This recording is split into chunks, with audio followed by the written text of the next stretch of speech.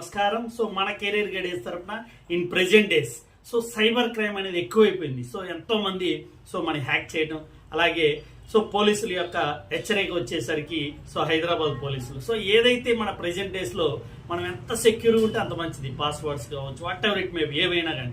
Maximum ఇప్పుడు in present days +94, అలాగే +37, అలాగే +381, అలాగే +563, అలాగే +37 టచ్ చేయండి. ఎట్లా డిఫరెంట్ కోడ్స్ వస్తూ ఉంటాయి.